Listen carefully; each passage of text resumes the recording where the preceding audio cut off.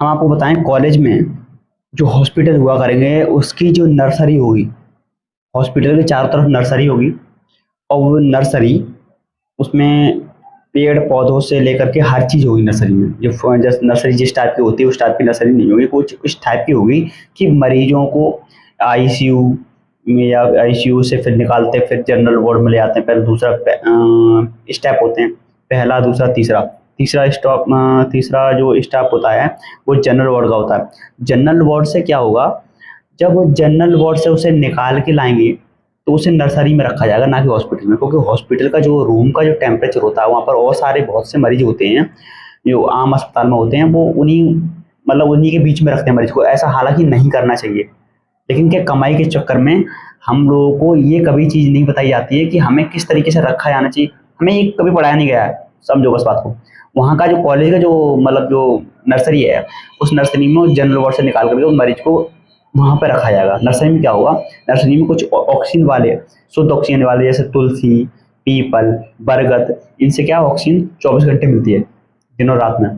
तो इनसे ऑक्सीजन का मामला भी, उनका भंडार उनके पास होगा। और प्लस जो जड़ी बूटियाँ हम इस्तेमाल करते हैं हॉस्पिटल में, उन्हीं नर्सरी की जड़ी बूटियाँ, उन्हीं को इस्तेमाल किया जाएगा तबीयत बीमारियों में। वो उसी से इलाज होगा, नाड़ी तंत्र द्वारा इलाज होगा, बहुत सारी चीज़ों द्वारा इलाज होगा, जो कि अभी भारत में फिलहाल में एक हॉस्पिटल में ये सारी चीज़ें सुविधाएं नहीं हैं। क्योंकि यहाँ पर ज़्यादातर अंग्रेज एलोपैथिक चलती है, अंग्रेजी दवा चलती है यहाँ पर। तो होम्योपैथिक भी हैं, तो ये सिस्टम थोड़ा मेंटेनेड हो जाएगा। फिर प्लस ये बात है कि वहाँ पर जो हॉस्पिटल में जो भी व्यक्ति भर्ती होगा, अगर मान लो बाई चांस ख़त्म हो जाता है, तो उसके जितने पैसे खर्च हुए थे, 1 लाख, 1.5 लाख, 2 लाख, जो भी है, 50,000, कुछ भी, उसके वो पैसे सारे वापस कर दिए जाएंगे। और दवाई का एक पैसा नहीं लिया जाएगा, क्योंकि सारे हॉस्पिटल वाले इतने तो पैसे कमा लेते हैं कि उनको रिफंड दोबारा वापस किया जा सके। कम से कम इतनी तो छूट दे ही सकते हैं ना।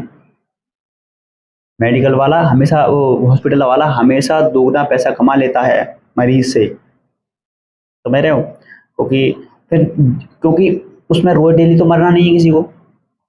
कभी कभी चांस होता है महीने में एक आध बार कोई मर गया। अगर डेली अगर भर्ती हो रहे हैं लोग, तब एक आध महीने में तो केस लड़क गया, या महीने में 2-2 भी केस लग गए, 3 लग गए, या 10 दिन में एक बार लग गया। ऐसे इस तरीके को हॉस्पिटल बहुत सारे होंगे वहाँ पर, एक हॉस्पिटल नहीं होगा वहाँ पर। तो उसका पैसा कोई भी नहीं लेगा। उससे इफेक्ट ये पड़ेगा, अगर बाहर कोई न्यूज़ सुनता है, हमारी कॉलेज की न्यूज़ चला करेगी सुनेगा, तो उनसे उस न्यूज़ से उन हॉस्पिटलों पे, जो बाहर के हॉस्पिटल है, उन पर फर्क पड़ेगा।